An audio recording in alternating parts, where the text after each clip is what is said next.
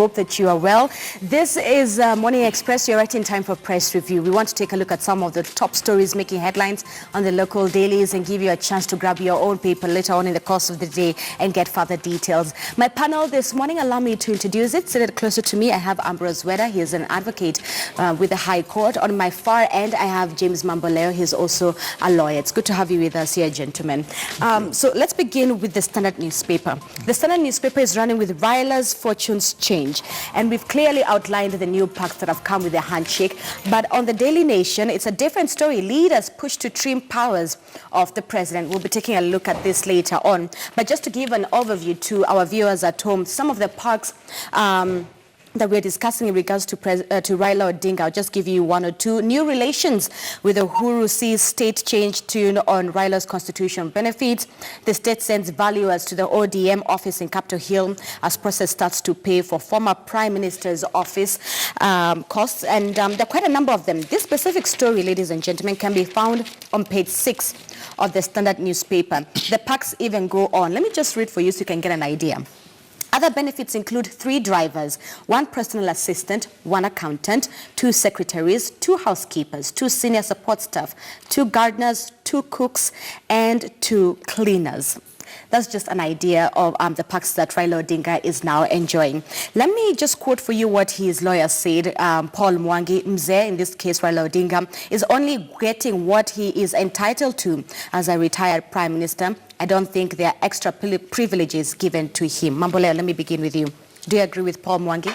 On this one, yes, I agree with him entirely that Raila Odinga, former Prime Minister of the Republic of Kenya, is a man who has earned his position in this society. By no means, he's the former Prime Minister of the Republic of Kenya. And I think there has been a delay in effecting some of these benefits to him.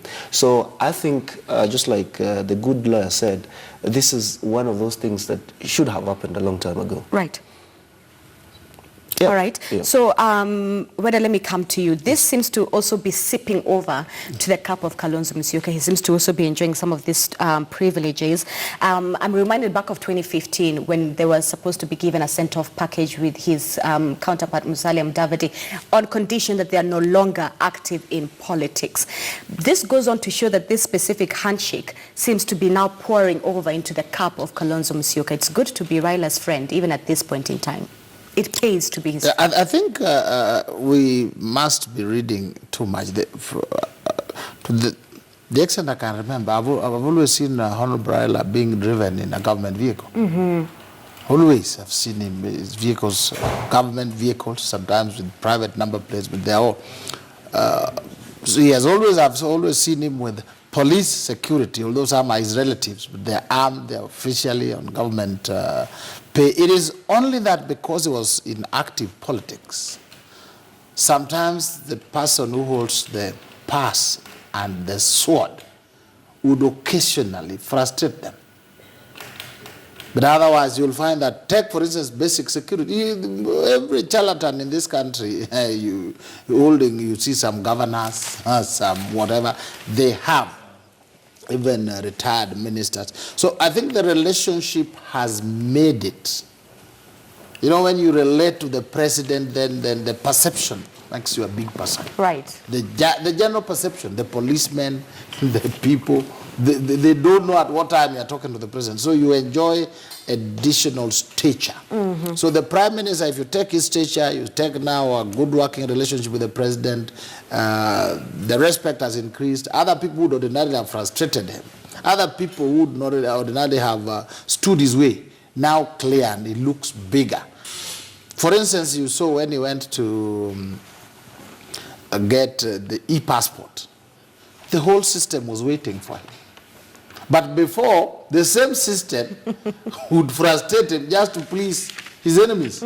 So he would say, if I stop Raila, I would go to the president. So they just walk in and say, panga line. But now that you know he's close to the president, you always want to please the president. So when he comes, you are all over him.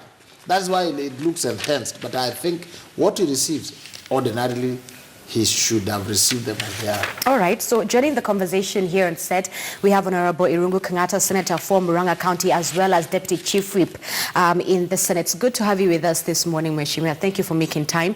We're just looking at some of the top stories making headlines on the local dailies. We began with page 6. Raila enjoying the new parks, better security after the handshake. Some of the things that he will get to enjoy. A few of his own employees are now on government payroll. He has about 12 bodyguards, if I remember. Yes, 12 bodyguards. And GSU provided 24-hour security in a number of his homes, just to mention a few. But the question that now is also on my mind is, are these benefits, will we see them spilling over to political perks as well? Well, it depends on several factors. It depends whether the relationship will be sustained and also how the two gentlemen are able to percolate those benefits to the wananchi. For me, I foresee handshake being a major act in this country. It may even have constitutional implications. I'm sure you are aware that there's a huge push for changing the constitution. So it is true, it's going to morph into a major thing, which to me is positive for the country, because the whole rationale of that relationship is to ensure everyone is represented at the top. Okay.